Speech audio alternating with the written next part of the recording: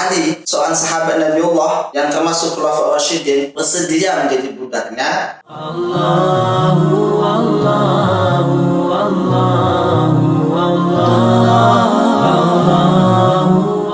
Bismillahirrahmanirrahim. Assalamualaikum warahmatullahi wabarakatuh. Alhamdulillahi rabbil alamin wa bihi nasta'inu ala umuri dunya waddin. Wassalatu wassalamu ala asyrafil anbiya'i wal mursalin sayyidina wa habibina wa syafi'ina wa qurrati a'yunina wa dhukhrina wa maulana Muhammadin wa ala alihi wa sahbihi ajma'in, amma ba'd. Baik, ikhwah fillah yang dimuliakan oleh Allah Subhanahu wa taala. Pada pertemuan kali ini kita akan melanjutkan bab yang telah sebelumnya kita bahas, yaitu tentang ta'dhimil ilmi wa ahli. Itu apa? Mengagungkan atau menghormati suatu ilmu dan juga mengagungkan atau menghormati kepada gurunya, ya, atau ustadznya, ya. Nah, sebelumnya sudah kita bahas bagaimana sih pentingnya kita harus mengagungkan suatu ilmu itu, kemudian bagaimana caranya, dan juga bagaimana kita mengagungkan seorang guru kita yang telah mengajarkan kita atau ustadz kita. Nah, di pertemuan sebelumnya sudah kita bahas. Nah, selanjutnya kita akan melanjutkan. Di sini ada perkataan yang di kitab Ta'lim dijelaskan di sini, qala Aliyun karamallahu wajhah. Sebutkan, ana abdu man 'allamani harfan wahidan, in syaa ba'a wa in syaa a'taqa wa in syaa istaq. Nah, di sini Sayyidina Ali karamallahu wajhah berkata, aku adalah hamba sahaya. Waktu itu, ya, abdu disebutkan hamba, ya, atau budak, orang yang mengajarkan satu huruf saja. Nah, di situ maksudnya apa? Ali berkata, saya akan menjadi budaknya siapa saja yang telah mengajarkan aku, walaupun itu satu huruf saja. Nah, kemudian di situ disebutkan lagi, insya'a ba'a wa insya'a a'taq wa insya'a istaqaq. Apa maksudnya di situ adalah, jika dia mau silahkan menjualku maka juallah, dan juga mau memerdekakan aku maka merdekakanlah aku, atau juga tetap mengambil sebagian dari budaknya, ya. Nah, atau masih menjadi sebagian dari budak atau tidak. Nah, di sini intisarinya apa sih maksudnya? Maksudnya adalah bagaimana seorang Ali bin Abi Thalib, ya, sahabat Nabi Khulafaur Rasyidin, saking mengagungkan ilmunya, saya akan menjadi budak seseorang yang telah mengajarkan saya, walaupun itu satu huruf saja. Bayangkan, satu huruf saja. Ali, seorang sahabat Nabiullah yang termasuk Khulafaur Rasyidin, bersedia menjadi budaknya karena apa? Karena mengajarkan seseorang itu satu huruf saja. Bayangkan, satu huruf saja. Bagaimana kita pada saat ini? Guru kita, ustaz kita yang telah mengajarkan kita bukan satu huruf saja. Misalnya yang mengajarkan tentang tentang tajwid, tentang Al-Quran, tentang Al-Fatihah. Misalnya kita bandingkan dari bukan Fatihahnya saja, Bismillah saja itu berapa huruf? Nah, makanya saking pentingnya di situ Ali bin Abi Thalib mengagungkan suatu ilmu atau mengagungkan kepada gurunya yang telah mengajarkan beliau. Nah, gitu, ya. Nah, kemudian di sini juga ada yang menyebutkan, waqad unshidtu fi dzalik. Ada sebuah syair yang berbunyi, ra'aitu ahaqqal haqqi haqqal muallim wa aujabahu hifdhan ala kulli muslim, laqad haqqa ay yuhda ilayhi karamah lita'lim harfin wahid alf dirham. Ya, fa inna man 'allamaka harfan mimma tahtaju ilayhi fid din fa huwa abuka fid din. Nah, apa maksudnya dari penjelasan tadi? Yaitu tidak ada hak yang lebih besar kecuali haknya guru ini, yang wajib dipelihara oleh setiap orang muslim. Nah, saya ulangi, tidak ada hak yang lebih besar kecuali haknya guru ini yang wajib kita pelihara bagi setiap orang muslim. Nah, maksudnya hak-hak seorang guru itu apa? Ya, kita harus menghormati beliau, mengagungkan beliau. Karena apa?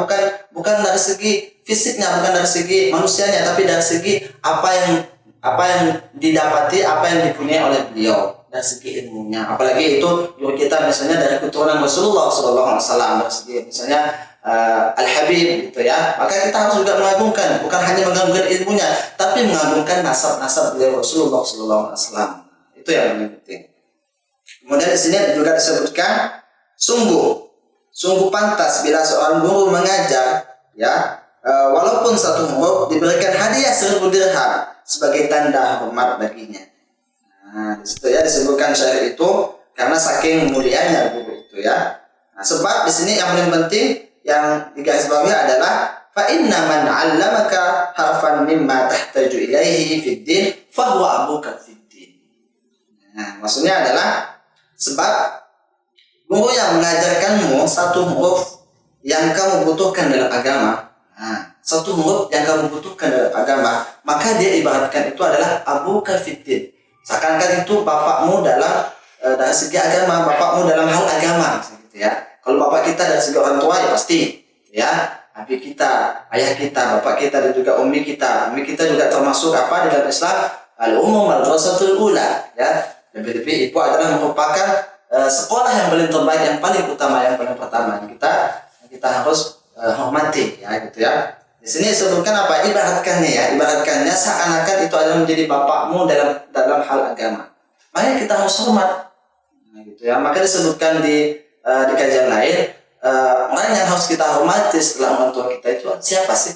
Yaitu orang yang telah mengajarkan kita ilmu, atau orang yang mengajarkan kita agama, atau orang yang telah mengenalkan kita kepada Islam dan iman dan lain sebagainya. Nah, seperti itu ya. Nah, baik. Kemudian di sini ada juga mengatakan wa kana ustadzuna asy-syekh al-imam Sadiduddin Asy-Syirazi yaqulu qala masyayikhuna man arada an yakuna ibnuhu 'aliman, ya, fayanbaghi an yura'iya al-ghuraba min al-fuqaha wa yukrimahum wa yu'azzimahum wa yu'tiyahum syai'an. Fa in lam yakun ibnuhu 'aliman yakunu hafizuhu 'aliman. Nah, apa maksudnya di sini? Imam Asy-Syirazi, ya, tadi ya, Imam Sadiduddin Asy-Syirazi berkata, guru-guruku itu berkata katanya, barang siapa yang ingin anaknya menjadi seorang alim, sudah disebutkan man arada ayyakuna ibnuhu 'aliman. Nah, maksudnya seorang alim itu apa sih? Orang yang mempunyai ilmu, lebih-lebih alim dalam segi apa? Hal agama. Nah, situ apa sih? Maka dia harus menghormati para ahli fikih. Nah, situ fayanbaghi an yura'iya al-ghuraba min al-fuqaha, harus menghormati apa ulama-ulama fikih, ya. Kemudian dan memberi sedekah pada mereka jika ternyata anaknya tidak menjadi orang alim, maka cucunya yang akan menjadi orang alim. Nah, khusus bagi orang tua ketika anaknya ingin menjadi seorang alim, lebih ahli fikih dalam segi agama, maka kita harus menghormati siapa sih yang mengajarkan ilmu fikih pada anaknya itu, maka orang tuanya juga harus menghormati beliau. Nah, lebih di sini disarankan untuk bersedekah kepada beliau. Nah, gitu ya. Kemudian di sini ada diteruskannya, jika anak itu belum bisa juga menjadi seorang alim, maka doakanlah semoga dari anaknya itu nanti ketika sudah besar, sudah berkeluarga, maka cucu-cucu dari orang tua tua kita itu yang akan mewariskan ilmu agama, yang insya Allah akan memahami tentang ilmu fikih, ilmu agama dan ilmu lainnya. Nah, karena guru itu juga terbatas ya. Maksudnya mereka hanya mengajarkan misalnya di pondok pesantren aja, atau mengajarkan di sekolah saja, bukan 24 jam. Nah, maka peran penting di sini siapa? Yaitu orang tua dan keluarganya. Ketika seorang anak menyantri di pondok pesantren atau bersekolah di tempat sekolah, madrasah misalnya, mereka hanya mendapatkan ilmu di sekolahnya saja, mungkin sampai setengah hari, bahkan mungkin sampai siang saja, atau di pondok mungkin bisa jadi juga 24 jam bisa jadi. Tetapi tantangannya apa? Tantangannya ketika anak sudah belajar di sekolah mendapatkan ilmu, nah tugas yang paling penting yaitu paling penting yaitu keluarga, orang tua kita. Bagaimana kita harus juga menyampaikan memberikan ilmu agama itu, atau mengulang-ulang pelajaran yang telah didapat di sekolah, agar apa? Agar anak itu tetap ingat ya terhadap pelajaran, tetap ingat kepada ilmunya. Kemudian kalau misalnya di pondok pesantren, tantangan yang paling penting apa? Apalagi dari segi orang tua, ketika mereka sudah keluar dari pondok pesantren. Nah, apa tantangannya? Ya tadi itu, ketika seorang sudah mempunyai ilmu, apa tadi caranya untuk mengambil ilmu? Yaitu memanfaatkan ilmu yang telah kita dapati. Baik itu memanfaatkan kepada diri kita, misalnya kita sudah mempunyai ilmu tentang ilmu fikih, maka manfaatlah untuk ibadah kepada Allah. manfaatkanlah kepada diri kita, keluarga kita, dan juga di sekitar kita kepada manusia. Agar apa? Agar ilmu itu bermanfaat, dan itulah mungkin yang menjadi salah satu bekal terbaik kita ketika kita sudah meninggal. Nah, yang telah disebutkan dari saya bahwa salah satu amal yang tidak terputus walaupun kita sudah meninggal itu apa? Ilmin yantafa'u bihi, yaitu ilmu yang bermanfaat. Nah, itu. Nah, di sini dilanjutkan lagi. Wa yukrimahum wa yu'azzimahum wa yu'tiyahum syai'an fa illam yakun ibnuhu aliman yakun hafizuhu aliman. Jadi sudah disebutkan, kita berdoa saja ketika seorang guru sudah berusaha sekuat tenaga menjadikan anak kita menjadi seorang alim, tapi belum bisa juga, maka doakanlah semoga dari anak itu terlahir dari cucu-cucu kita menjadi orang yang alim. Nah, makanya ketika di hadis lain menyebutkan, jika kita tidak mampu membantunya dengan suatu tangan kita, dengan usaha perbuatan, maka cukuplah dengan berdoa kepada Allah Subhanahu wa taala. Kenapa? Wadzalika adhaful iman. Ya, itulah merupakan selamanya iman ketika kita ingin mengubah anak kita menjadi seorang yang alim, misalnya kita tidak mampu atau gurunya juga tidak mampu, maka doa itu yang paling penting. Terus berdoa. Kalau sudah berdoa, sudah berusaha, maka kunci yang ketiga apa tadi? Yaitu tawakal ala Allah. Yaitu bertawakal kepada Allah Subhanahu wa taala. Nah, itu doa juga sangat penting. Ada juga menyebutkan doa mukhul ibadah. Doa itu adalah otak. Mukhu itu aslinya bermakna otak ya. Mukhul ibadah yaitu pokok dari segala suatu ibadah. Makanya ketika kita beribadah kepada Allah, maka doa itu yang paling penting. Ya, jangan sampai tidak berdoa, apalagi kita melakukan aktivitas yang misalnya mereka yang dunia, maka kita niatkan berdoa kepada Allah, kita niatkan suatu ibadah kepada Allah. Kenapa? Karena kita mengharapkan dengan bekerja misalnya ya, sudah dibahas di pertemuan sebelumnya ya, bahwa pentingnya kita berniat dalam belajar itu juga ada kaitannya dengan berniat atau berdoa sebelum kita melakukan aktivitas di dunia ini. Pada pekerjaan kita berdoa, Bismillahirrahmanirrahim, semoga apa yang kita kerjakan ini bermanfaat bagi keluarga kita juga kepada diri kita, dan juga bisa bernilai ibadah kepada Allah Subhanahu wa taala. Makanya tadi di pertemuan sebelumnya sudah saya bahas, amal-amal dunia itu bisa kita nilai menjadi amal akhirat. Karena mengapa? Sebabnya bihusnin niyah. Karena bagusnya niat.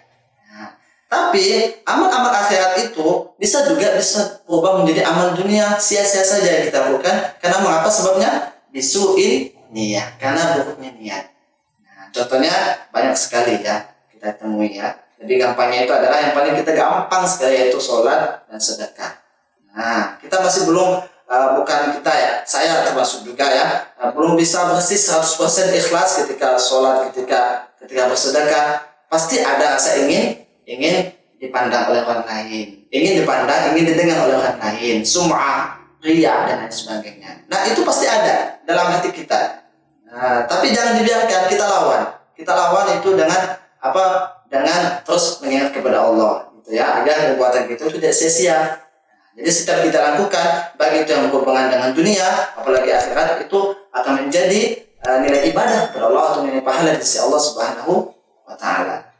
Nah, itu ya. Jadi bagi ikhwan fillah yang dimuliakan oleh Allah Subhanahu wa taala dimanapun Anda berada. Nah, di sini intisari yang kita bisa ambil adalah bagaimana sih ingin menjadi seorang yang mempunyai ilmu, bisa mengagungkan ilmu dan juga mengagungkan ilmu. Nah, itu tadi salah satunya kita juga harus menghormati ilmu dan gurunya dari segi apa? Dari segi semuanya, dari segi akhlaknya, kemudian dari segi ilmunya dan lain sebagainya. Nah, di sini banyak sekali pembahasan tentang kita harus menghormati kepada gurunya maupun ilmunya, ya. Nah, baik, ikhwafillah yang dimuliakan oleh Allah Subhanahu wa taala.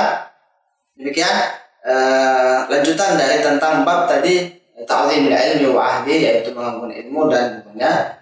Mudah-mudahan bisa bermanfaat untuk saya pribadi dan juga kepada ikhwafillah dan walaupun Anda berada yang dimuliakan oleh Allah Subhanahu wa taala. Baik, demikian yang dapat saya sampaikan. Kurang lebihnya saya mohon maaf. Ada benarnya dari Allah Subhanahu wa taala dan juga ada salahnya itu dari saya pribadi. Assalamualaikum warahmatullahi wabarakatuh.